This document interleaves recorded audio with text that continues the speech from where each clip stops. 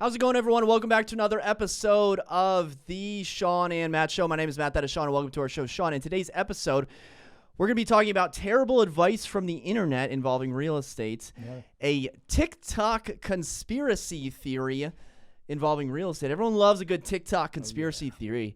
And, of course, we have to talk about Kanye, Yeezy's brand new Malibu compound house. Museum? I don't know what you want to call it. I think it could go through a nuclear blast, probably, that kind of thing, yeah. It's blast proof. It might be. Okay, so let's start with three, basically, terrible internet advice. And the way that I came up with this idea is I read an article on how to win a multiple offer situation. And Shawn, the three strategies were terrible strategies. And I basically wouldn't recommend any of these strategies to anyone. So I was like, okay, well, if this is what people are reading and thinking, this is tough. This is bad. So, with that being said, this comes to us from The Motley Fool, and the title is. I usually like The Motley Fool, so I don't necessarily. I hate their ads though. Their ads drive me crazy. You don't They're like always their ads? like, "Oh, time is running out. You've got to. These are the 5 best." I'm like, come on. I will say that every article about a stock is like, okay, that looks like a good stock, and then at the bottom it's like, this stock was not in the top 10 stocks. And to access that report, click this email. Yeah. Okay, so 3 bidding war strategies to use in today's housing market. Number 1 is to come in with a mortgage pre-approval letter. So what I like is that Shawn hasn't seen this article. Yeah. So did you see that genuine reaction? Shawn, what are we doing here? I heard that you have to be pre-approved for certain houses coming. Yeah, in a multiple offer situation, if you say, Holy hey, I got a moly. pre-approval letter, you're going to get yourself laughed out of the room. I mean, you're going to go up against multiple offers, people, waiving financing, waiving appraisal, doing appraisal bridge gaps, doing, home inspection for void-only purposes, doing pre-inspection. So if you're thinking, oh, I got a pre-approval letter, yeah, this isn't like 2009, that's not going to set you apart. Yeah, I mean, this is basic stuff right there. If you don't have a pre-approval, then you're not even in the game. You have to get pre-approved. You have to get further than that. You have to get almost approved. Basically, our clients that are waiving finance contingencies, waiving appraisal contingencies. If you're just pre-approved or hey, I just got my letter, you're going to be in rough shape because all these other people have been bidding on stuff and losing, and you got to go through that learning process. It's a long learning process, and it stinks, honestly. And we go through it as buyer's agents, too. It's like, we've got to educate you through this. And believe me, I wish that you would just take that first step would be like your max step. I have actually had somebody listen to me the first time when we got it, but it's rare. Usually it's a learning process. So be pre-approved like months before you start writing and be approved and able to waive things. And that's okay. Like if you don't listen or if you're uncomfortable like that first time or that second time, because it's a big process. You're nervous. You're learning the process. You're like, well, I'm not really sure. But after a while, hopefully the trust that you've built up with Shawn or with me or with your real estate agent, that, okay, this person actually does have my best interest in this is how I win the multiple offer. That's right. Okay, number 2 is be flexible with your closing date. Again, this is like 101. Like Shawn and I, we're trying to teach like college trigonometry. This is like kindergarten. Keep your, drawing inside the lines. Be flexible with your closing date. That is a requirement. If you're going up against multiple offers, not only that, but is a rent back needed? Are you going to pay for that rent back? Are you going to give that seller the flexibility? Because if you can't, that's going to cause you to lose the offer. Yeah, and there are so many lenders out there that we know, and that's why we always say use a local lender that knows how to close loans very quickly. Because if you're using, and there's a lot of lenders out there that people love, right? And I'm not going to name them, but people love them, right? I'm using this because this is, okay. Well, you call them and they say, well, we need 45 days to close a loan. That's totally 2002, right? I mean, this is 2021. You better be able to close that in 18 days, 15 days. Some lenders can do it in 12, 10. It depends on regulations and things like that. But there are lenders out there that can close these things just like cash quickly. If you're still stuck on a 45-day close and I have to call a 1-800 number and I have to talk to 3 different people to discover what your loan is, you're losing every single time, right? So get pre-approved. All right, it's okay if you want to use these people. I understand you want to use that certain lender because maybe it's a great rate or maybe it's like a cult following or whatever it is, right? But you should be pre-approved through somebody else that's local that can close that thing quickly. So I have to give credit where credit is due. Recently, on the listing side, I had a buyer with their agent come with Navy Federal Credit Union, who I'm not a huge fan of. They said, we can close in 30 days. I said, absolutely not. We're going to counter you back at 45 days. Spoke with the lender. They said 35 to 45 days.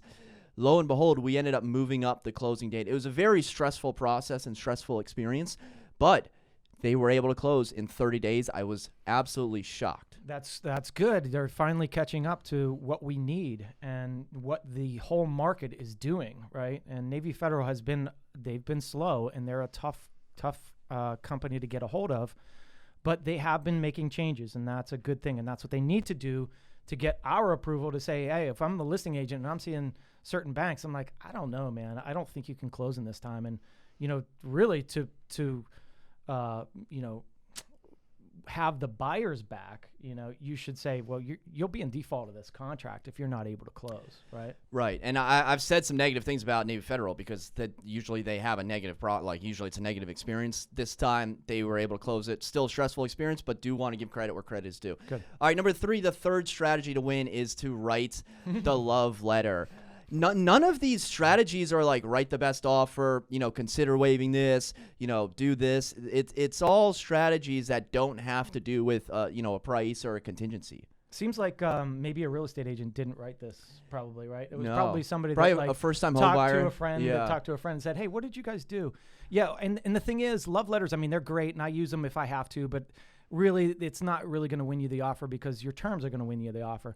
And as we talked about a few episodes ago, there are states now that are clamping down on love letters because they feel like they could be a discriminatory practice, and so they're not even allowing them. And will that move to other states? I hope not. I think it's a little preemptive, and like you could discriminate in anything in the contract if you really wanted to. So love letters aren't going to win you the deal. You got to know how to write the offer. Yeah, like Shawn said, bottom line, know how to write the offer, the concrete terms, sales price, closing, contingencies. That's what's going to help you in a multiple offer situation, not this other stuff. All right, let's move on to the second topic. This comes to us from inmin.com, and it's about TikTok. I recently re-downloaded TikTok. It's an amazing way to waste a lot of time, but it's very I don't want to say educational. It's very addicting, entertaining and addicting, and it could be educational because this individual, a real estate agent, put out a video. Las Vegas real estate agent Shawn Battle. He actually creates really good content. He put out a video on iBuyers, and the video went viral. So much so that the CEO of Redfin responded to the video, and Zillow officially commented, responded to the video as well. So, imagine putting out a video on real estate about a conspiracy, and you have 2 of the top companies responding to you. Clearly, you're onto something. Whether you're right or wrong, you're onto something. So the video has to do with iBuyers, and essentially what Shawn is getting at is iBuyers can essentially come into any market, purchase up all the properties, pay what they want to pay, even if that means overpaying for it, and then determine their own sales price. Essentially, overpay for everything, and then artificially fix the price essentially to, what they want because, and this is the big part, they have so much consumer data. So we've talked about, hey, where's this going to lead to? Zillow acquiring all these companies, they have all the search data, all the user data. And remember, if a website or app is free, it means that you are the product, right? The end user is the product. So getting all that demographic data. So Shawn, whether or not, Zillow with the iBuyer program or Redfin offers, Redfin Now, whatever it may be with their iBuyer program, whether or not they can fix the price or not is one thing. But how important is a video when you get 2 of the largest real estate companies to respond directly to that? I think he might be onto something. I think he's onto something. I just watched it, and I was blown away. I thought it was so well done, and you should look it up. Basically, what he's saying is, all right, say this iBuyer goes in and buys 30 homes at $300,000, and then the last one they buy at $340,000, right? They're paying cash, so they overpay it. They set a new appraisal level, right? They set a new house level for that area. Then what they do is they slap a little paint and carpet on all these other homes, and then they try to sell them for $340. They just made themselves a ton of money.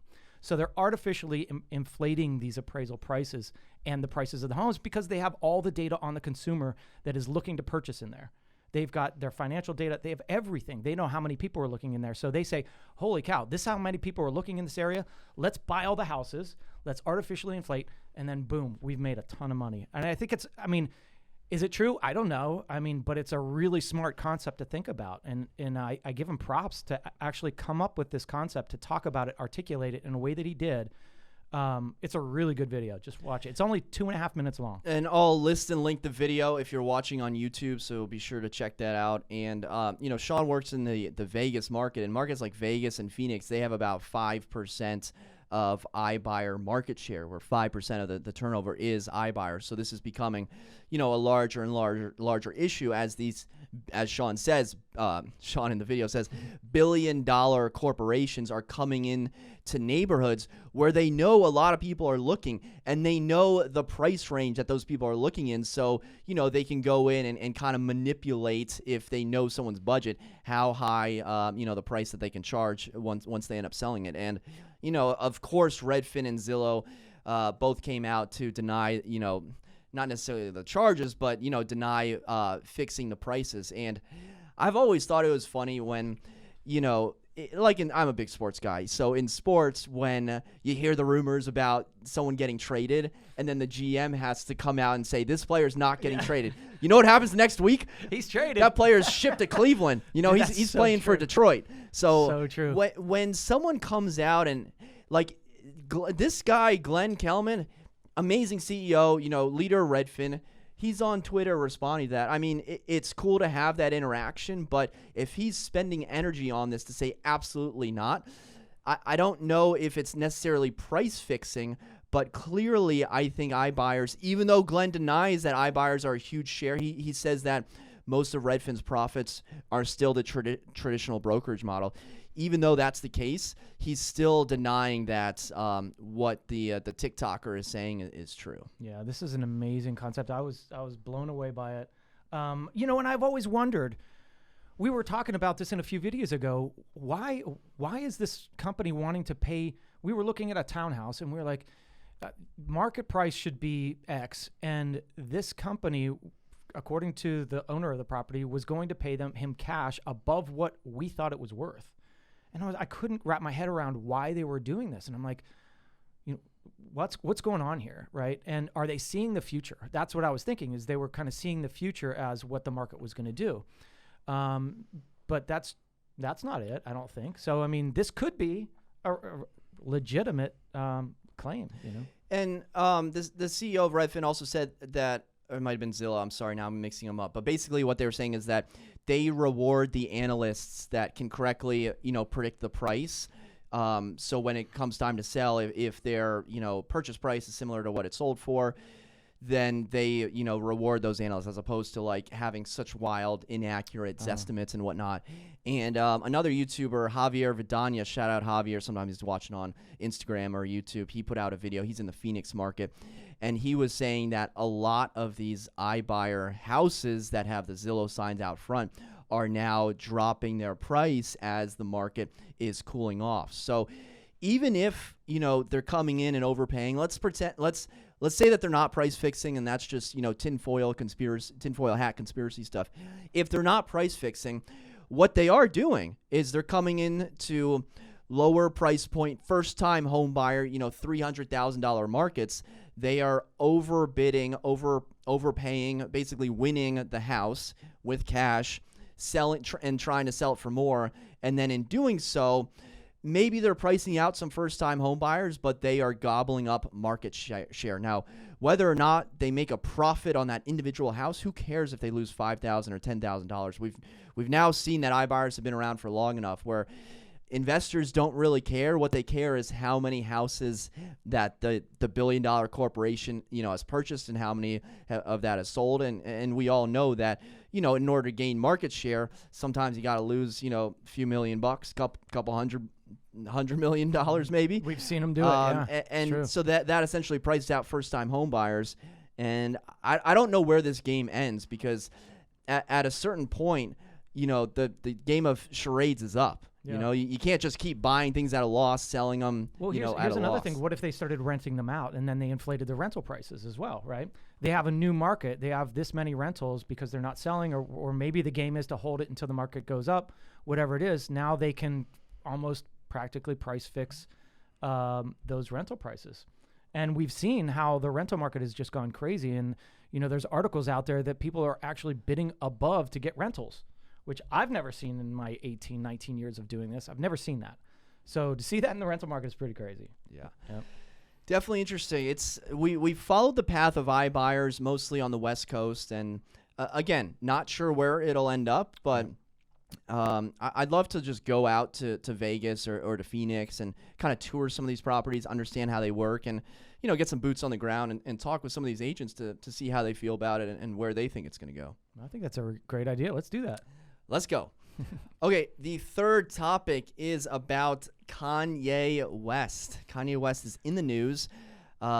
He paid a lot of money for a house in Malibu, and this comes to us from dirt.com, as well as every other website on the internet and every social media site. Kanye West pays $57.3 million for Tadao Ando designed Malibu house. If you haven't seen the house, I'll throw it up if you're watching on YouTube. Essentially, lots of concrete, only 3,600 square feet, 4 beds, 4.5 baths. Now, if you're thinking $57 million, he probably has a couple acres, probably secure, probably this. Nope. On a 2-lane road, walk down to the beach, and you're about 5.5 feet from your next door neighbor. So it's not the most expensive house in Malibu, not by far, but $57 million for 3,600 square feet. For those keeping track at home, it's about $15,000 per square foot. Shawn, how do you feel? How do you feel about the purchase price? How do you feel about the type of property? How do you feel about the architecture? The purchase price, I don't know the Malibu market. I wish I did. I wish I was employed in that area, but $57 million for 3,600 square feet roughly is, what did we say? $15,000 a square foot. Right here in this area, we're roughly about $600 a square foot. So $600. Do you think it's a good deal or a bad deal Kanye got? I don't think it's a good deal. I think he got ripped off. Let me jump in here. So the house, he purchased it off market. It was initially offered for $75 million last year. Wow. Now, again, is this the case of someone listing it for 75 knowing that it's going to sell for 50? Yeah. Or, is this a good deal? Maybe it is. I don't know what the next door neighbor sold. Shawn on it. But by looking at it, it seriously looks like maybe one of those old, gunner, people used to sit up in the war and shoot out of the windows or shoot out of the base, the fort up in England or whatever. It kind of looks like that. It's all concrete walls, concrete side. I haven't seen many interior pictures, but it looks like it's just concrete. Granted, it's straight on the ocean, which is pretty awesome. I believe they went to bedrock probably to 60 feet down. 60 feet down to hit bedrock. So I don't think it's going anywhere. It'll probably survive, whatever worldly things we go through. It looks like that, right? Imagine that concrete, just boom, box. Yeah, the tide comes up 10 feet from the stairs. It looks like it's actually wet there too, right? It does. So it probably hits the front of his. It's on stilts on the front, concrete stilts. But there's no basement, so you have 12 or 16 feet of rising sea level before you have to worry about it. Yeah. Some of the comments on Zillow gone wild. I too hope to be rich enough to live in a parking garage one day. This is what I imagine prison for rich people look like. And I did some research, and when I say research, I mean one YouTube video 5 minutes before this on the architect, Tadao Ando. So he built the house in 2013, and Kanye was inspired when he went to this island. I'm not going to say the island's name.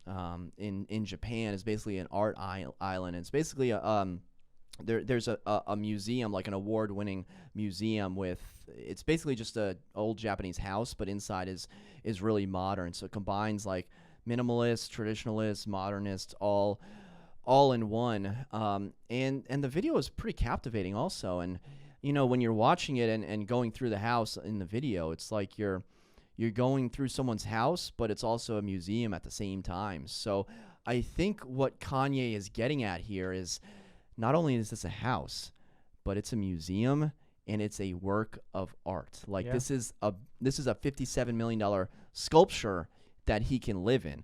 And the thing about Kanye West is if he does something that's not insane, that would be insane. Yeah. Like everything Kanye West does, and you can call him a clown, you can call him this, you can call him that. He gets attention, and he sells millions and millions of records. He's worth about 1.8 billion with a B, Wow, 1.8 billion really? dollars. That's amazing. And so people hate on Kanye West a lot. I love him. You know, 808 and Heartbreak, I wasn't really a fan, but came back with My Beautiful Dark Twisted Fantasy, which absolutely stole the show. And you know, I've been listening ever since Late Registration, College Graduation. So I love Kanye West. I'm going to go on record and say that. But I also understand that what he does, it's not going to make sense. Right. Everything he does is going to be insane. This looks dumb. It looks stupid. But it's exactly what I would expect from Kanye West. You're right. What do you think he's going to do? He's going to buy like a farmhouse? Craftsman? Yeah, a craftsman. Yeah. Look at my Craftsman. No, Yeah. he's going to buy a compound that looks exactly like this because he's a free thinker. He's a complete free thinker.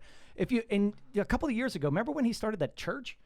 He was doing a church inside of like stadiums and like just doing it. He said, I'm going to do it. And he did it. And he had a lot of people in there going to church. He was trying to get the revival of church going back. And it was pretty cool, you know? So he always does things like this. I think it's in that regard pretty cool that he did that. I think that, is he going to be able to sell it for that much in the future? I don't know. You're going to need another free thinker. But he's inside. I want to see the interior when he's done with it, after he puts all the art up or whatever he's going to do with it, to see where it sits. I don't think he can change his floor plan. I He can't don't change think the he floor can plan 'cause it's all knock cement. down these walls. Just 2 cement. It might be 3 floors. Yeah. And the article goes on to say that he's owned many properties across the nation. A lot of them are actually in the West Coast. He has a ranch in Wyoming, which many of you have probably seen, you know, videos of and whatnot. He's got a condo in Calabasas. He's got 300 acres on the outskirts of Calabasas, so he could probably take the chopper from Calabasas to Malibu and back. And that's the thing is, it just doesn't matter to him. Yeah. It doesn't matter what he paid. I mean, to us, it does. To everybody else in America, it matters, right? But to him, he's like, I got $1.8 billion. What else am I going to do with it? I might as well go spend $58 million and have fun with it, right? And the thing is, it's actually genius because everybody's talking about it. And guess what they're doing? They're buying Kanye albums. They're going out, oh, it's a revival of Kanye, right? So he probably just sold a couple million more albums and made himself a couple million because he bought a $58 Get some new million Yeezy shoes. Yeah. And it's marketing at the same time. And Malibu, you know, we're going to be surrounded by 20, 30, 40 million dollar houses. I think the most expensive house was in the hundreds of millions of dollars. So not nearly towards the top, nor should it be because, you know, the footprint is very small. The square footage is very small. But I would just say that this is Kanye doing Kanye. Yep, it is. And that's all it is. Very cool. Cool. All right, guys. Well, that just about does it for another episode of the Shawn and Matt Show. Let us know what you think in the comment section below. And for Shawn and myself, thank you so much for watching. Until next time, we'll see you then. Take care.